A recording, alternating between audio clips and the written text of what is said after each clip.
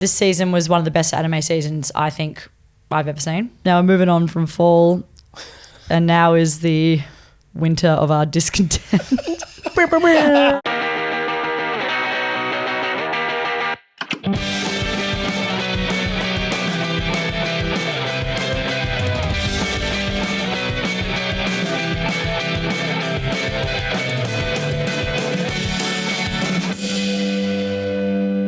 Well, hello, and welcome back to Gateway to Anime. How are you all? What's going on? We are the podcast where we try and throw open the gates to anime, whether you're a new fan, a returning fan, or an older fan.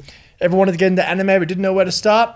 We're the podcast for you, but if you're an older, grizzled fan like us, we'll find something for you as well, because we try and do quite a few things on this podcast. But I am Sam, one of your hosts. Charlie, what's going on? Not much.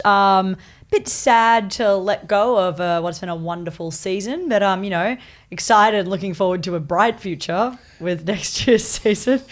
So we'll see how we go. All right, Graham, how are you, my friend? Also very excited about next season. It's full of top tier anime. I can't wait to watch. Wow, someone like Graham to be so positive on this show about things. But no, we are of course doing our roundup / hype up. But we are going to talk very quickly about the shows that we thought were fantastic in this absolutely hard-hitting, massive fall season that we are very sad to say goodbye to.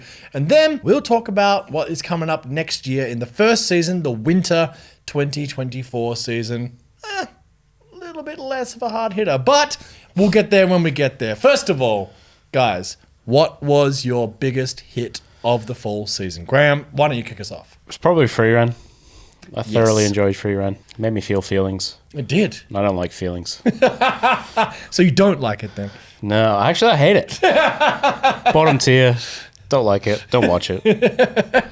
Well, obviously, and as a manga reader as well, have you found the adaptation? I thought the translation was probably one of the best I've seen in a long time. Really?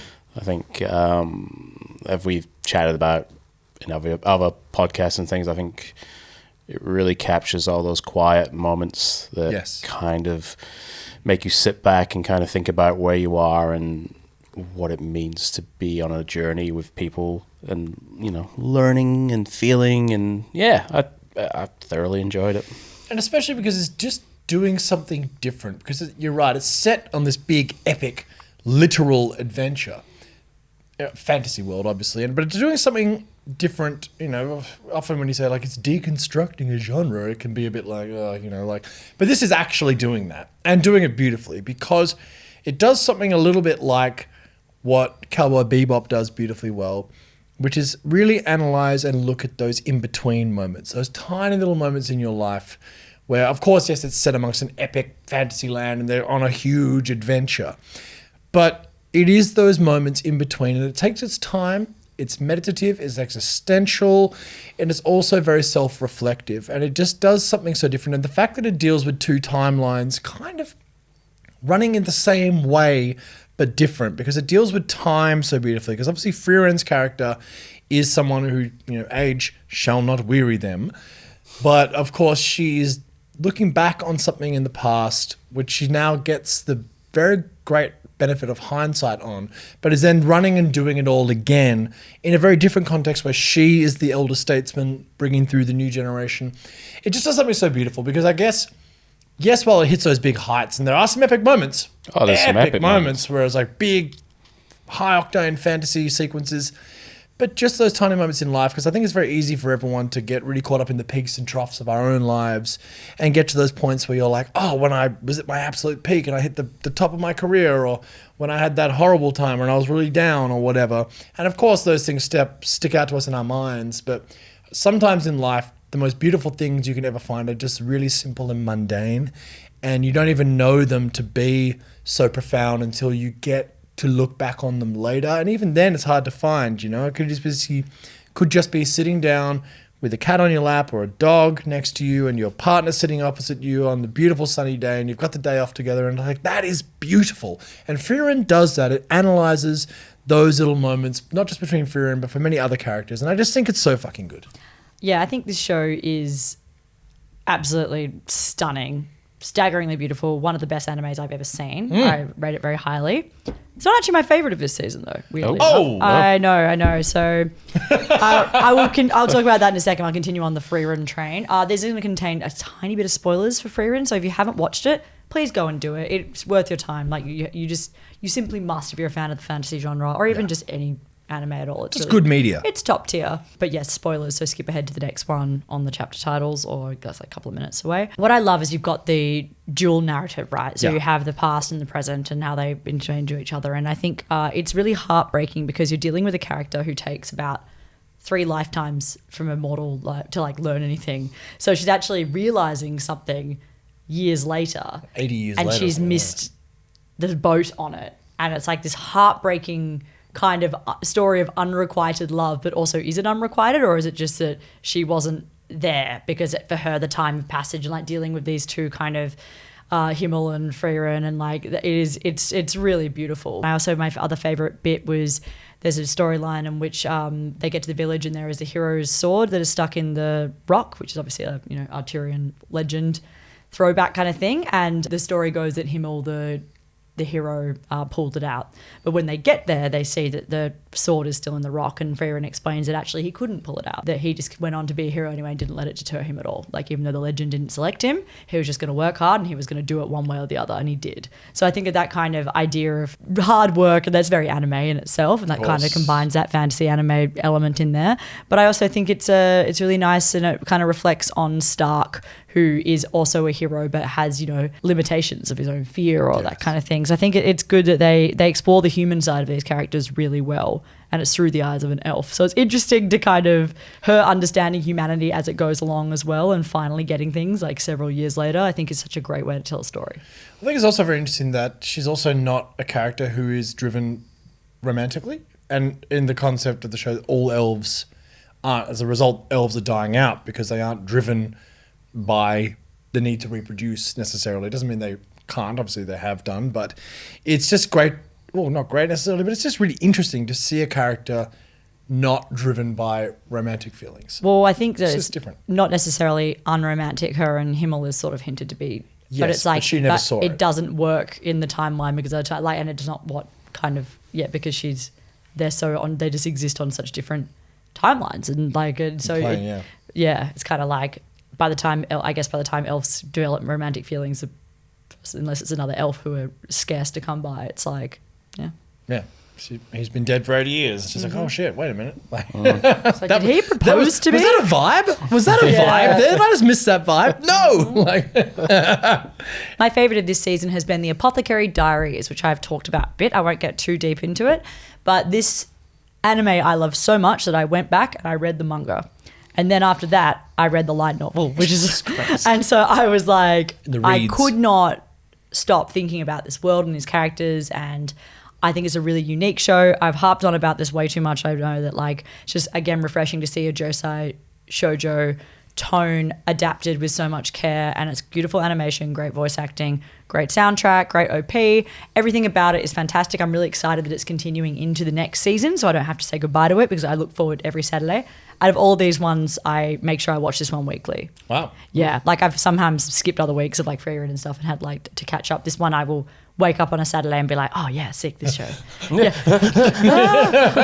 I really like it. I think it's unique. I think it's funny. I think it's just very charming. I will definitely say that Frieren is a better show, objectively speaking. Subjectively speaking, Apothecary Diaries is where it's at for me. Though I know it's not as good a show, I still think it's fantastic. It is my personal favourite. And I'm going to also throw some subjectivity here and say that Pluto was my favourite of the season because it was just so great. Now, I mean, is it the best ending of all time? No. Some major issues there, but compared to lots of other shows, like another major ending of a huge show, which of course is Attack on Titan, a couple more issues in that ending, but that's neither here or there. One of the greatest shows of our modern anime generation has finished. Attack on Titan, huge deal, massive deal. But we've got a full episode where we talk about that. We're not going to get into the reads on that again, necessarily. There'll probably come a time when we do circle back around and have another look at it, like in the cold light of day when 10 it's not years so time. fresh. In 10 years We'll time, meet up at this exact spot. 10-year anniversary. the anniversary. Now here's the thing. I'm still mad as hell. I'm still fuming, but obviously it wasn't anywhere near as controversial as I thought it would be. But certainly a lot of people hated it, and a lot of people really liked it. So that's Attack on Titan. Amazing. Thank you, Attack on Titan, for everything. We appreciate you. Some of your parts, absolutely outstanding. But a mid-ending. But talking of interesting endings, Pluto definitely had some problems, but again, an extraordinary production. I mean, it looked just so good. It was really good. And it's not one of Urasawa's most revered works. Obviously, Monster, 20th Century Boys, Billy Bat. Yeah, I think it's regarded as one of his lesser works, which is insane when you think about the quality of all his works. Yes. Like 4 masterpieces, but I guess you've got to line them up. Pluto is kind of like 3rd, I think, in people's eyes, maybe 4th, which is insane. But it shows the quality of his writing. Naoki Urasawa is one of my very favorite writers, not just in the East, in Japan, in manga. I'm talking writers full stop. I think Naoki Urasawa is an absolute genius. And I loved Pluto. I thought it was absolutely incredible. Not perfect. Nothing ever is. But yeah, my pick of the season. Followed very closely by Frieren. And then, of course, we've had the big heavy hitter, which has attracted a lot of controversy for different reasons. I'm, of course, talking about Jujutsu Kaisen. Now, that show has, of course, attracted controversy, and we've talked about this a little bit, but probably not so much. And now is the time to do it because we've talked on the show a lot about the animation industry, the anime industry, and, of course, major issues there. And MAPPA, Studio MAPPA, not without controversy. They are notoriously a studio which like to push out a lot of content really fast, which means that their workers have to work really hard, sometimes for not much pay. Now, you can listen to one of our previous episodes about this, but you can look it up. There's quite an interesting lot of things going on. But basically, this show has suffered quite a lot from a production standpoint. Now, I actually think it looks fantastic, but you can see some of the ghosting and some of the dimming issues. And we've had, for one of the first times, it's very rare you see this in the anime industry, that actual animators have come out on Twitter and basically been like, I'm in hell. This is fucked. This is insane. A director coming out and apologizing, trying to take his name off the project because he was so ashamed of it. And then like having leaks come out saying it was him and then him apologizing. It's been a bit of a mess. And there were even rumors going around a few weeks ago that it was going to be a shutdown. And we've seen shutdowns happen in the past. Obviously, it happened in Wonder Egg Priority. Obviously, Zom 100 more recently. 3 episodes are coming out on Christmas Day to finish that off because they just ran out of time. But MAPPA is a sort of place which won't let something run out of time. So as a result, it looks like, from the outside, that things are not great. And look, I think it still looks fantastic, but it's a hard thing to pass because you sit there and go like, wow, this content I love, but I know that behind the scenes, these people are being treated very badly and paid not very much. That is the great problem that the anime industry has to deal with all the time. And this is just a really interesting flash case of it happening in real time to a huge title in a big season. And I would rather just not have the show animated if it meant people aren't getting paid properly. Like, honestly, I really hope that I really hope that they can sort that out industry-wise. But also, I mentioned ghosting and before. Do you want to explain what ghosting is and also what dimming is, just quickly for people? Ghosting is residual keyframes. So it's more to do with post-production and tidying up. You know, you have an animation, you have multiple different drawings. Ghosting is when some of that stuff is kind of left in there, so you have like a trailing line. Like if you ever watched an old like tube TV and you watch sport, you would always sort of see like a ghostly figure behind the action, sort of trailing. It's just running out of time, not being able to really polish up your keyframes and transitions. Dimming is bit harder to think. It's sort of like light level, so things might seem a bit too dark or a bit too bright depending on how it's all post-production sort of stuff that you would polish up with more time. But yes, and there's also been lots of criticisms about some of the writing, like a lot of people saying that it's moving too fast. And of course, if we go back and look at the old big three, which I think a lot of people are obviously basing their expectations off, One Piece in particular obviously takes a lot of time. And the new modern shonen thing, apart from Black Clover, obviously which also caught up to the source material, which is the reason that this new seasonal anime kind of thing has come into play, is to stop that. But at the same time, a lot of people, I followed a really interesting Reddit thread just recently, someone being like, this is moving pretty quick, because the status quo was upended very fast. Not that much time necessarily was spent with the characters, the opposite of what Frieren has done. We haven't got those in-between moments as much until sometimes, say, for example, a certain character might die and you get a flashback and it's like, well, did you need to do a flashback if you could have actually just given us more time with the characters together? I'm enjoying it. I think Jujutsu Kaisen's great, but it's not without its flaws. And from what I understand, moving forward into the next phase, I do hear, and Graham's a manga boy, that it does start to go downhill from here. I think Shibuya arc is just like the high watermark. Yeah. Like you have so many deaths, so much destruction, so much cool stuff, I don't think it drops off. I just think it goes in a different direction. But you're still going to have that. You're still going to have the high octane action and stuff like that. Just different. Like Gojo is obviously out of it, which obviously changes and shifts a lot of attention onto the other characters. It would be different, but I think, Shibuya arc is definitely one of those high watermarks. It's the tuning exam. It's Jujutsu Kaisen spoilers just for the next tiny bit. Please skip forward to the next thing if you don't want to be spoiled for Jujutsu Kaisen, the anime. So we've had 2 major character deaths in a very short space of time, which I think goes into the argument people saying it's moving too fast and we're losing characters without kind of knowing them, that kind of thing. In particular, I was a bit upset to lose the lead female character, Nobara. I was like, that's a bit upsetting just in terms of like we finally had like a, not terribly written lead female protagonist of a shonen. There are some good ones out there, but she was particularly good because she wasn't romantic interest for anyone. She just had her own storyline. She was pretty powerful. She was doing her own thing. And just to like lose her, it felt like a bit of a waste.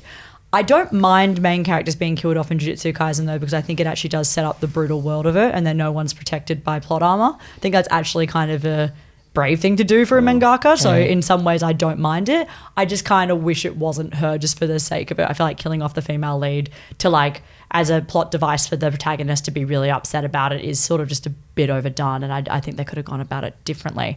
But I'm really enjoying it. It's got great action, great fighting, really hype characters. It's definitely, it's earned its place as one of the top 3. Yeah, absolutely. So it is very interesting. But any other little honourable mentions for this season? Anyone watch Scott Pilgrim? No, I didn't. I watched the first episode. Yeah. No, not Yeah. It's fun. I enjoyed it. Like, don't get me wrong. The first episode, I enjoyed it. But yeah, I don't know. What do you think? I enjoyed it. It was fun. I watched the first episode and I thought it was really fun. I was always a big fan of the movie. The movie's great. It's a fantastic movie. So it was cool to see. I also just think it's cool to see, different like text being adapted in anime style. Like that's really fun. By a Japanese studio as well. Yeah. Like, Science Sarah, cool. right? Yeah, that's cool. Did anyone watch Blue Eyed Samurai? I was about to ask that. I did. It's fantastic. Oh, it is? Yeah, it's a really, really good show. Really good. I watched about 4 episodes in one sitting. Wow. Yeah, it's really, really good. Okay. Yeah, Cool. I think you'll love it, actually. Yeah, I didn't get a chance to watch it. It's just, I've been having to catch up, I think, because technically it's not anime, but it's, we'll let it pass. Apparently it's great. I mean, it in terms of aesthetic storyline setting, like it very much falls into the same category, I think. Yes. Yeah, it's really good. Check it out. Netflix coming out with some good things. Yeah, doing some good stuff. You know? Got Pluto, Blue Eyed Samurai in one season. I've been enjoying Dr. Stone. Again, I'm not going to sit here and tell everyone to watch it because you probably don't need to, but like, I think it's fun. It always sort of scratches my itch of like kind of smart, dumb. I'm into it. I didn't continue the 100 Girlfriends Who Really, Really, Really, Really Love You.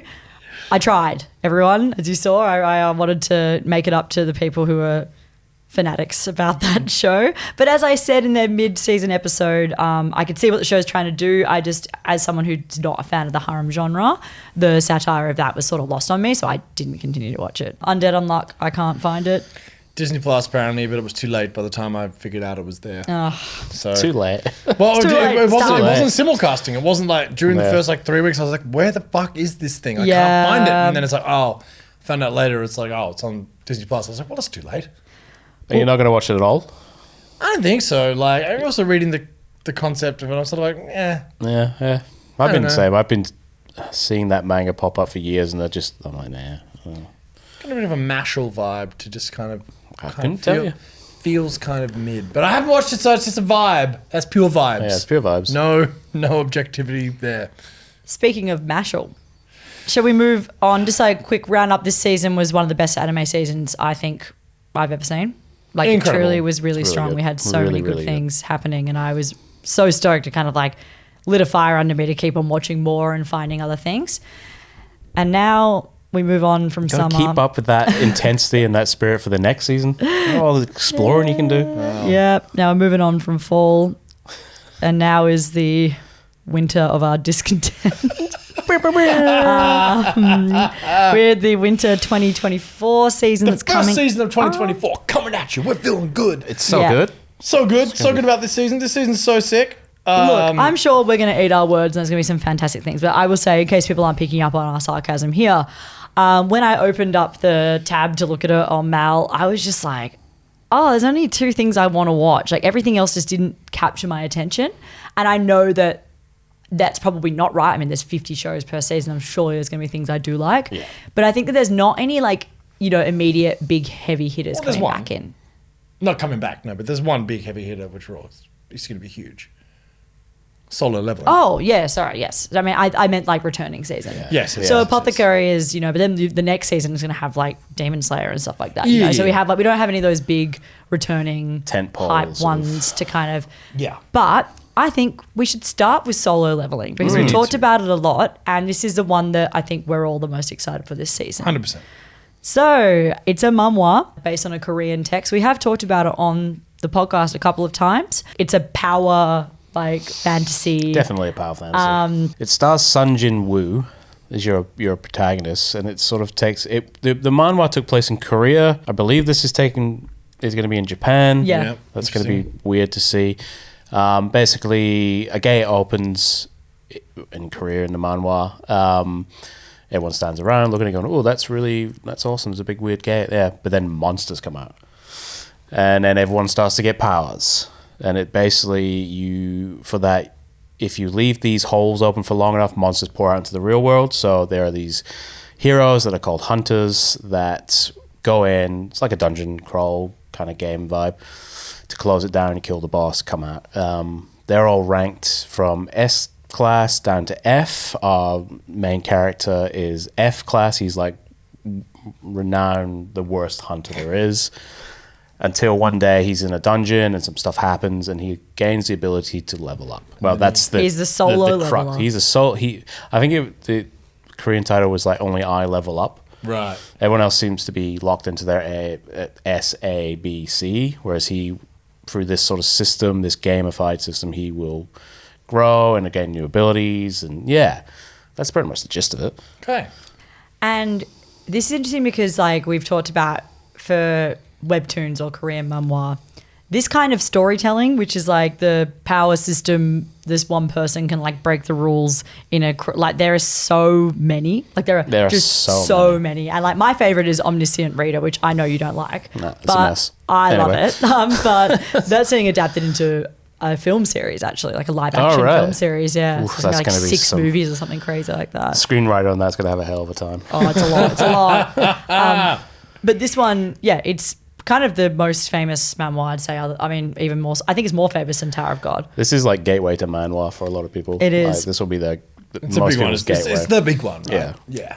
And people that don't know, it's a lot of the memoirs and this one as well. It's designed for phone. Yeah, so you scroll. You scroll and up, it's coloured up, down. So it's really easy to consume on your phone. I think Yeah. that's why I've become fully addicted to all of them. It's the TikTok of literature. It is. And it's in colour. It is It's in colour. great. Goddamn. And there's just so much of it. There is so much. yeah. It's overwhelming. It's a good looking book or webtoon. The artwork in it is really sharp. It's full of hype, shonen style battles and stuff. So it's going to tick all those boxes.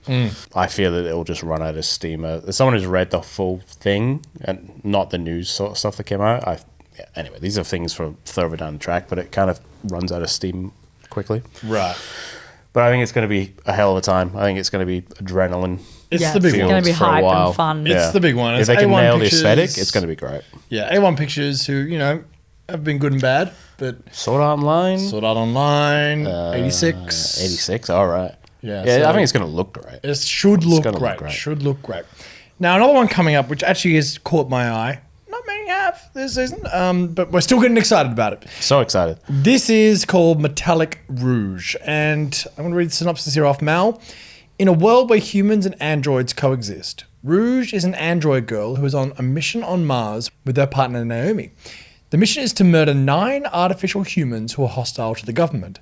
Sounds a bit like Pluto, doesn't it? Mm-hmm. But it's a Studio Bones, and this is sort of an anniversary show that they're doing. Yeah, so yeah, skateboards involved? I wish. Well, it is an anime original. Is it an anime original? Yeah. But Okay. apparently it's very much a kind of like anniversary, kind of like love letter to the genre. It's obviously cyberpunk, sort of bits of mecha. Yeah, nice. It's gonna be very interesting. Again, that one sort of caught my eye as one. I'm like, well, that looks kind of interesting and cool. And hopefully it's Bones doing their best version of themselves and not their My Hero Academia Season 6 version. But time will tell. Time will tell. That one looks interesting. Metallic Rouge. Check it out. My one's actually also a manhwa adaptation. Oh, wow. Which I was scrolling and I went, hang on, is that what I think it is? And it was. This is called Dr. Elise, the Royal Lady with the Lamp. Dr. Song Jiun is considered a prodigy among Korean surgeons, known for her skill in saving patients no matter their condition. In her past life, as Elise de Clarence, the ill-mannered wife of the emperor, her jealousy and greed had led to the loss of her loved ones and ultimately her death. For that reason, she vowed to now save lives instead of destroying them. After a fatal plane crash, Elise finds herself once again in her former body. With her previous knowledge of modern medicine and now a chance at mending her mistakes, she's determined to contribute to the empire as a medic in this life. But will Elise be able to avoid her engagement to Prince Lyndon de Romanov, the man she had loved to the point of her own demise? So this is interesting. It's a double. It's like a double reincarnation story. Jesus. So she dies as this like villain in this in her life, where she like basically she kills a lot of people and is like, as I said, like as a royal, and then she gets killed and wakes up in modern Korea and then becomes a surgeon and just vows to save lives there. And then dies again and wakes up in her original body, but then uses her knowledge of modern medicine in this like fantasy world. Oh, okay. So she kind of like in a world that's definitely technologically in the past. She just basically spends most of it being really good at medicine and like fixing people up on the field and trying to atone for her sins. And I read this manhwa ages ago, and when I was scrolling I was like, is that the one with the doctor lady who died twice? And the answer is yes, it is that one. The doctor lady who died twice. It's actually a pretty good manhwa. I'm somewhat excited. I think of all of them, it's an interesting premise of like atoning for your past sins twice over, and being able to like, I think I like the idea of bringing in like a modern skill to something in terms of like an isekai in that way is kind of interesting to me. So and it's all about medicine, it's all about her kind of being able to diagnosing and people trying to believe her, and her like teaching doctors how to do their jobs with modern medicine.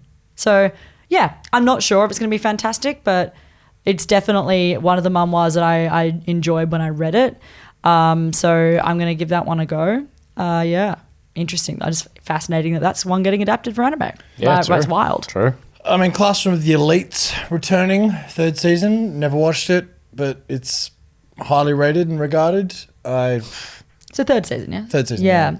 I watched season 1. It didn't quite grab me. I think I wanted it to be more like intense than it was or something. Like, I don't know. I should probably watch it again, but I think I don't think the tone quite hit it for me. But people really enjoy it, so maybe I should give that one a go. Yep, you mentioned it before, but Mashle, 2nd season, coming back. Magic and/or muscles, and Harry Potter meets a jacked guy. Like that's It's a great sell, but season 1 was really disappointing. Fuck, it was mid, dude. The middest of mid that's ever midded. Like that's how I found Mashle. I was like, watching. I was like, what the fuck is this? Like, not that it was like bad. I was just like, I watched like 6-7 episodes, and I just after a while I was like, why am I doing this? Yeah, the humor didn't really land. No, like the humor in the manga was great. I think it's similar to like One Punch Man, that type of stuff. It was meant to be, The humor just didn't translate across as well, which is disappointing. So because it's big in Japan, it's very popular in Japan. Oh, it is? Yeah, when I was there, it was just like everywhere, and I was like, oh. Okay. This is going to be a thing, and then I watched it and I was like, no, it's not. One I'm kind of low-key looking forward to is a manga I read during COVID, Mr. Villain's Day Off. It's basically about like a Super Sentai sort of Power Rangers villain who spends most of his days battling, the defenders of Earth. But today is his day off, and it's just about it's comedy. It's about him just really doing the things he loves to do. What he loves to do is go see the pandas at the zoo and go and eat an ice cream that's on a the great beach day. and stuff like that. But he keeps running. He keeps running into like rangers off duty. So there's a lot of inner monologue stuff. It was like, I will destroy you, but not until I've got this ice cream.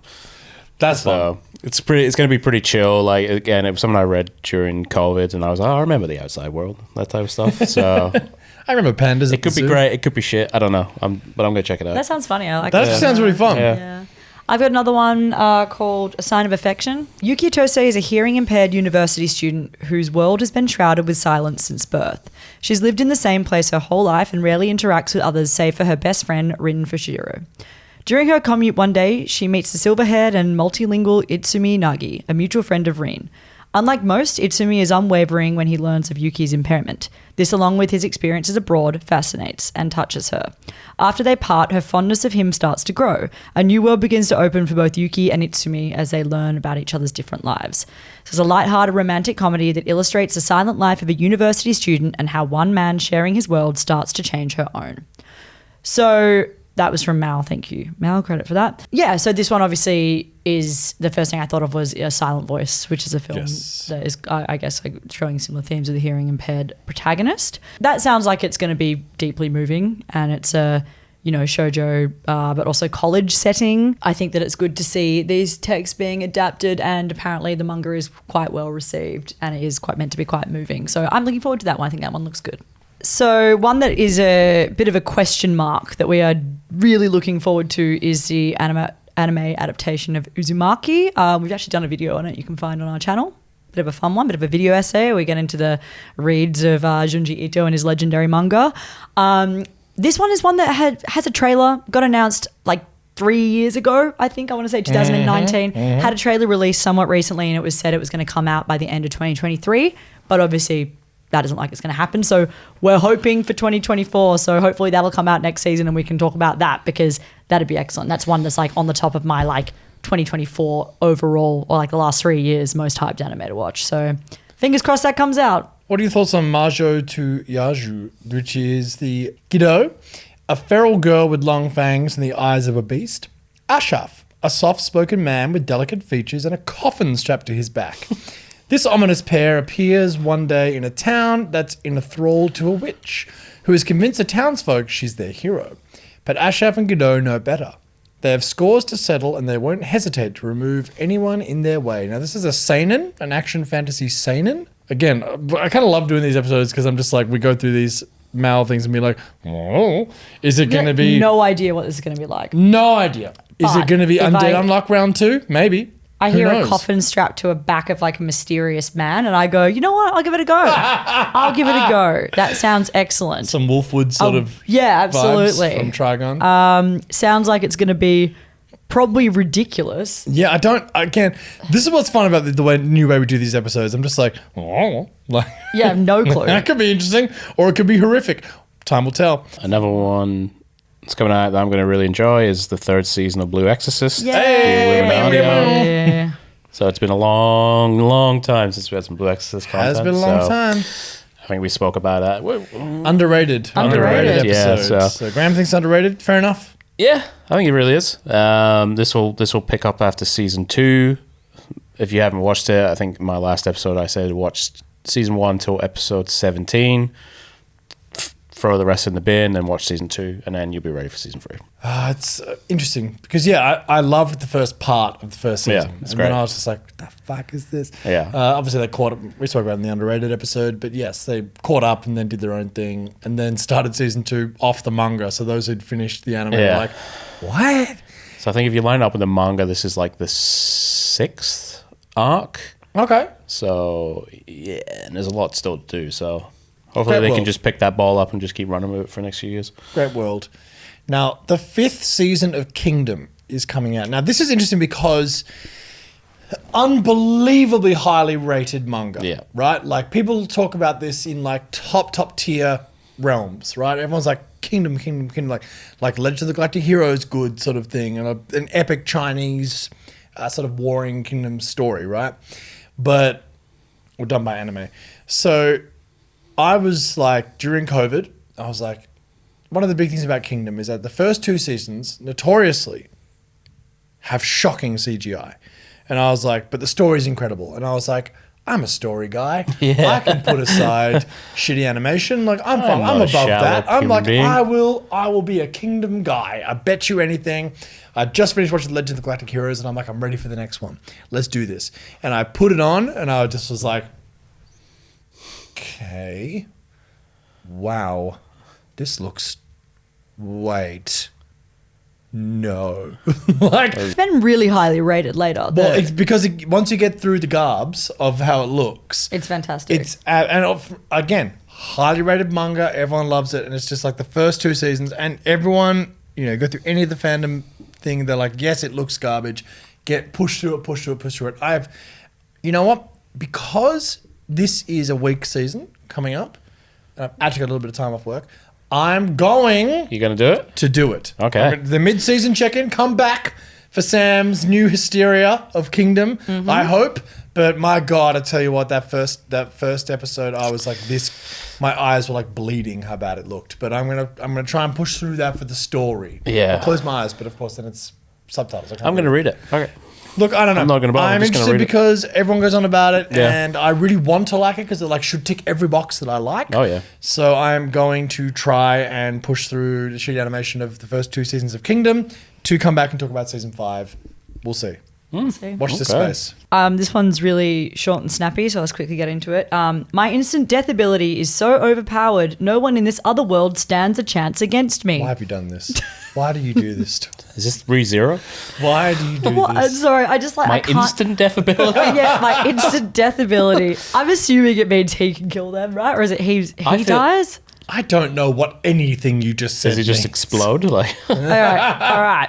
Awaking to the absolute chaos and carnage while on school trip, Yojiri Tekutao discovers that everyone in his class has been transported to another world. Oh. He had somehow managed to sleep through the entire ordeal himself, missing out on the gift, powers bestowed upon the others by a mysterious sage who appeared to pretty funny. transport them.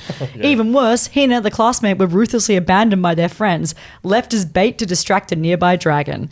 Although not terribly bothered by the thought of dying, he reluctantly decides to protect his lone companion. After all, a lowly level 1000 monster doesn't stand a chance against his secret power to invoke instant death with a single thought, if he can stay awake long enough to bother using it, that is. So he can kill things with an instant thought. So he's he's a death machine with narcolepsy. But he also has narcolepsy? You know, Okay. I guess so. Anyway. Okay, that does sound actually quite funny. Yeah. Or does it? That does it. We'll see. Watch this space. There's Come also back to the mid-season check-in. there's so many really long titles. Which means light novels being Yeah, adapted. light novels We've got being some light adapted. novels, hey! So many isekais this season that I actually So stopped many. counting. Look, we really could be missing out on some absolutely outstanding ones. But first glance is not giving me high hopes. But if we are wrong, please let us know. Yes, hit us up. Hit us up with anything that you are excited about, anything that we're missing here, because, like, look, we've been spoiled. We've been eaten good this last anime season. And you know what? Sometimes life goes up, life comes down. It undulates all the time. Yeah, and we'll see. I think that Frieren is still continuing through. Is it? I couldn't find got a information on that. But Few episodes left because there's 28 episodes in the season. So Okay, then yeah, we are. yeah, Okay, yeah. well, Yeah. Graham found the information. So that at I least couldn't. Frieren is continuing, and Apothecary Diaries are continuing. So I'll be fine. I'll be absolutely fine. I'll be It'll be like fine. nothing's Yeah, you're changed. good. Like nothing's changed. Just no Jujutsu Kaisen. Just now I have a Dr. Elise as well, so I'm absolutely stoked. And my overpowered death ability. Yeah. Yeah, there's a couple of that looked a bit icky to me that are, Yeah, it's a mick. It's a mick. There's always a mick. but I could be so wrong. So watch your space. We'll watch a lot more, and we're doing this quite early this year again because a lot of things don't seem to be announced until like just before. I know we're a little bit, coming in unders with our energy on this next season, but again, happy to be proven wrong. But we're always going to get excited about the things that we are excited about. There's some killer stuff. Obviously, solo leveling. Big deal. Watch some anime, check it out. Let us know what you're thinking. Let us know what your favorites were of this last season, let alone year. We'll do more of a year roundup soon, but thank you so much for listening. As always, you can find us wherever you get your podcasts, whether that be Spotify, Apple. We're on them all. Obviously, if you really like what we're doing, you can find us on Patreon. Every little bit helps. And of course, we're going to be doing more and more things over there. Moving into the new year, It's an exciting time. Find us on all of our social media platforms, which are, of course, Instagram, TikTok, and the aforementioned YouTube. Hey, thank you all so much. Charlie, Graham, cheers as always. Hey, hope you had a good time as we did this year and for this season, and enjoy the season coming up. Let us know what we've missed. Catch you soon.